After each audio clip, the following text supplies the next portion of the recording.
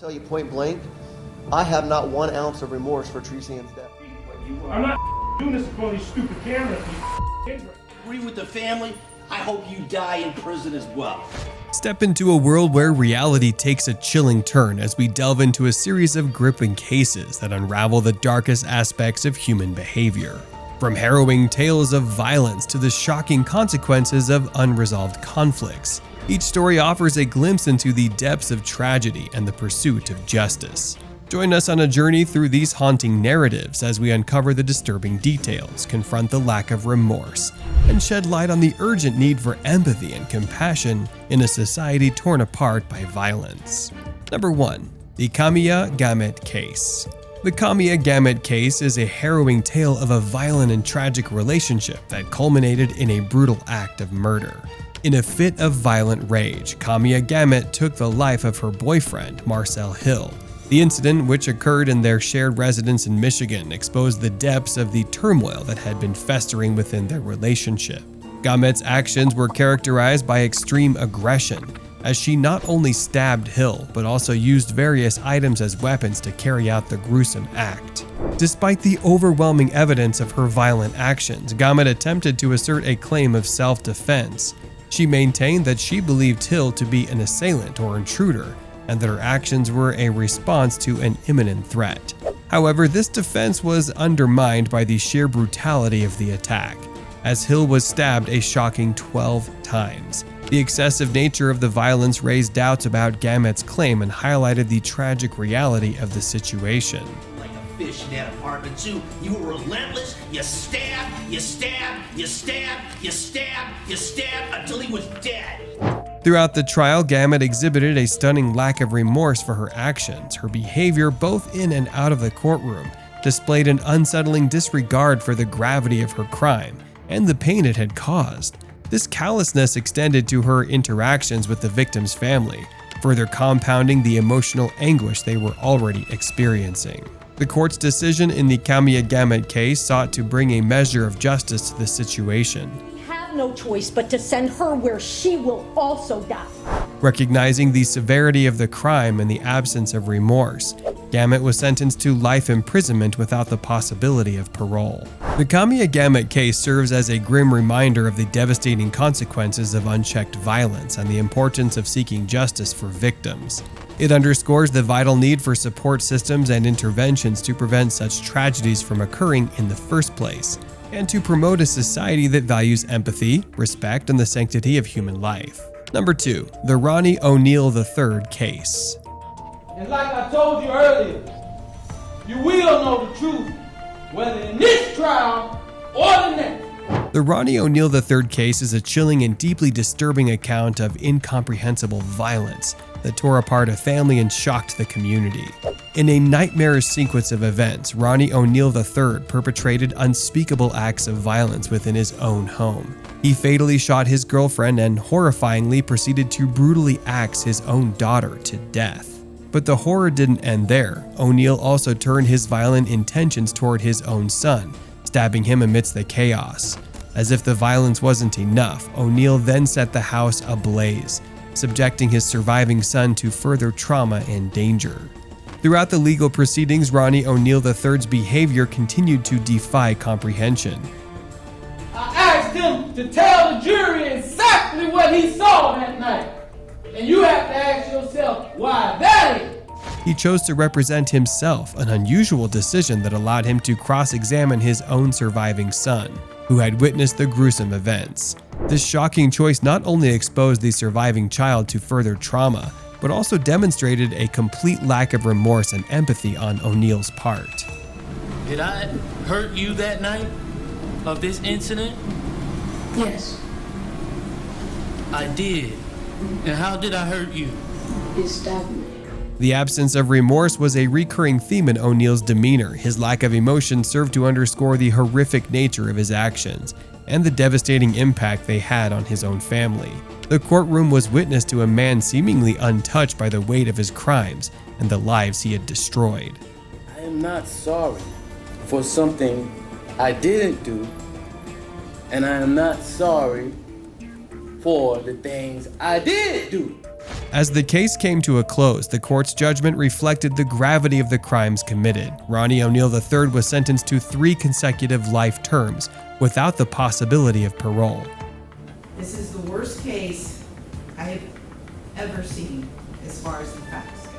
This decision serves as an acknowledgement of the irreparable damage inflicted upon the victims and their loved ones, and underscores society's commitment to holding individuals accountable for their actions. The Ronnie ONeill III case serves as a haunting reminder of the darkest aspects of human behavior and the importance of safeguarding against such horrific violence. Number 3. The Jerry Christian case. In the disturbing case of Jerry Christian, a tragic incident unfolded on a train in Portland in May 2017. Christian's actions left a community shaken and highlighted the depths of hatred and violence that can grip individuals. Jeremy Christian's presence on the train was marked by his unsettling behavior as he openly spewed anti-Muslim and racist slurs. Oh, it's like we got a Christian or Muslim bus driver, I'll stab you. This offensive rhetoric provoked a confrontation with other passengers, who were rightfully disturbed by his hateful remarks. The situation escalated when Christian brandished a knife, threatening and eventually attacking fellow passengers. Tragically, his violent outburst resulted in the fatal stabbing of 2 men, 53-year-old Ricky John Best, a retired Army officer, and 23-year-old Talizin Mirdin Namakai Meche. A third passenger, 21-year-old Micah Fletcher, was also stabbed but managed to survive the attack. The incident left an indelible mark on the victims' families, the community, and the entire nation.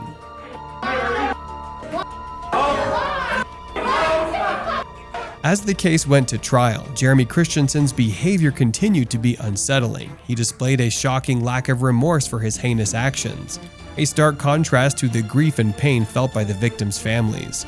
Christian's callousness extended to the courtroom, where he brazenly threatened one of the relatives of his victims, compounding the emotional trauma already experienced by the grieving families. I should have killed you.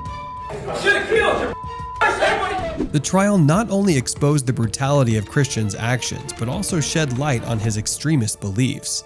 He was identified as a self-described white nationalist and far-right extremist, adding another layer of concern to the already disturbing nature of the case. In the end, Jeremy Christensen's disregard for human life and his disturbing lack of remorse led to his conviction on 2 counts of murder and 1 count of attempted murder. He was sentenced to 2 consecutive life terms, marking a small measure of justice for the victims and their families. The Jeremy Christensen case serves as a harrowing reminder of the potential consequences of unchecked hatred and bigotry, emphasizing the importance of fostering a more inclusive and empathetic society. Number 4. The Randall Moore case. The chilling case of Randall Moore unfolded with a tragic tale of domestic violence and heinous acts. In 2011, Moore's actions would forever alter the lives of those involved, revealing the darkest aspects of human behavior. Randall Moore's disturbing actions began after his ex-wife, Therese Lynch, sought a protective order against him. Tell you something? Well, you can tell me whatever you want. I didn't want to do any of this. Okay. But I'm telling you, all I wanted was my son. I just wanted to see my 7-month-old baby. That's all I cared about. Instead of respecting the boundaries set by the court, Moore's anger and resentment escalated to a shocking level. He kidnapped Lynch, subjecting her to a horrifying ordeal of sexual assault and violence. Tragically, Moore's actions took a fatal turn, and he mercilessly ended Lynch's life. As the case proceeded to trial, Moore's behavior continued to display his complete disregard for human life and empathy. During victim impact statements, where the families of the deceased have an opportunity to express their grief and loss, Moore audaciously interrupted these heartfelt moments. I tell you point blank, I have not 1 ounce of remorse for Tresian's death. His lack of remorse and insensitivity to the immeasurable pain he had caused only further deepened the sense of tragedy and outrage surrounding the case. The court's judgment ultimately reflected the gravity of Moore's crimes. Randall Moore was sentenced to 3 consecutive life terms, underscoring the severity of his actions and the irreversible damage he had inflicted upon the victim and her loved ones. The court doesn't allow me to punish you any more than I'm doing now. If I could, I would. The judge, clearly taken aback by Moore's callous demeanor and lack of empathy, rebuked him for his evil behavior. The Randall Moore case stands as a haunting reminder of the devastating consequences of unchecked violence and the imperative of addressing issues related to domestic abuse. Number 5. The Keith Allen Ferguson case. The Keith Allen Ferguson case unveils a grim narrative of domestic turmoil and the chilling consequences that can arise from unresolved conflicts. This tragic tale exposes the darkest facets of human behavior and the profound impact it can have on families torn apart by violence. Amid a bitter divorce dispute, Keith Allen Ferguson's actions escalated to a nightmarish level, consumed by rage and seemingly driven by a desire to exert control. Ferguson took the lives of his wife, Tiffany, and her father, James Weber. The double murder cast a haunting shadow over their family and community, exposing the depths of animosity that can fester within fractured relationships. As the case unfolded in court, Ferguson's demeanor and behavior sent shockwaves through the proceedings. I'm not saying alright? Because of respect and safety of my children, I'm not saying nothing. He displayed a stark absence of remorse for his gruesome actions, defying the gravity of the situation and the immeasurable loss suffered by his victims' loved ones. Ferguson's disrespectful remarks and apparent lack of empathy only deepened the sense of tragedy and sorrow surrounding the case. During the trial, Keith Allen Ferguson chose to plead guilty, acknowledging his role in the brutal murders. This decision, however, did little to alleviate the pain of those who had been affected by his actions. The acknowledgement of guilt further underscored the senselessness of the crime and the devastating impact it had on multiple lives. In the culmination of the legal process, Ferguson's fate was sealed with a sentence that reflected the severity of his crimes. He was sentenced to life imprisonment without the possibility of parole, a ruling that underscored society's commitment to holding individuals accountable for their actions and safeguarding the well-being of the community. The Keith Allen Ferguson case serves as a chilling reminder of the consequences of unresolved conflicts and the importance of seeking peaceful resolutions.